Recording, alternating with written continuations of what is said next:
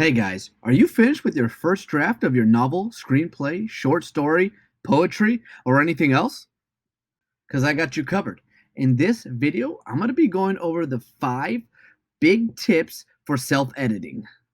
This video is part of an editing for writers collaboration with Kammi from Flash University for Authors and LaMonique from author LaMonique Mac.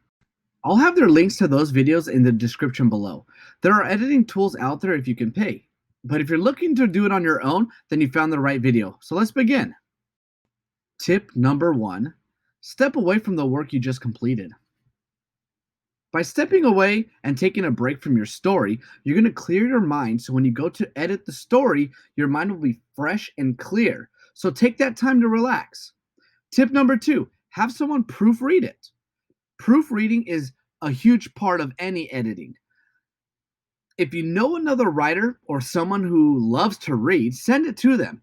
This will help you know if your story has great content inside of it or not. Plus, they'll let you know if they're confused at any part so you can go back and fix those parts. I do this with my mom. My mom reads all my pieces of work before I do anything with it. Tip number 3, remember who the reader will be.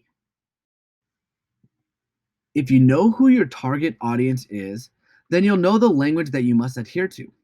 If you're targeting children that are in kindergarten, then you know not to use big words because they won't understand and they could get bored. You can use some words to help build their vocabulary, but remember who your target audience is. Let me take this time to introduce myself. My name is Justin Vandermark. I am a creative writing major from the University of Southern California, Riverside. You can find me on Facebook and Instagram at Creative Writing Lessons. I'll have those links down below in my description so we can meet up and get some engagement going. So let's continue. Tip number 4, don't be afraid to cut your work up. A lot of people are afraid to chop up what they've written. They think that whatever they have written down is perfect and it's amazing. But a lot of times you just fill in words to get a story longer. But don't do that. When you go through your writing, don't be afraid to cut out chunks of your story that isn't driving the story forward. And that's the biggest key when you're chopping up your writing. All right, guys, let's jump to tip number 5, the last one, which is use different words. Don't repeat too much.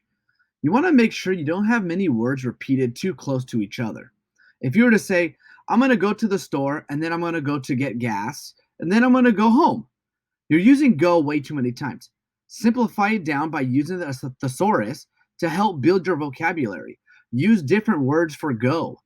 I always utilize a thesaurus whenever I'm writing because it helps me not only grow as a writer and reader, but it also makes a story more entertaining and people won't stop when they hear something too often. So keep that in mind. So comment down below which tip will be the most helpful for you editing your own story. And don't forget to check out the other videos that will be in my description below.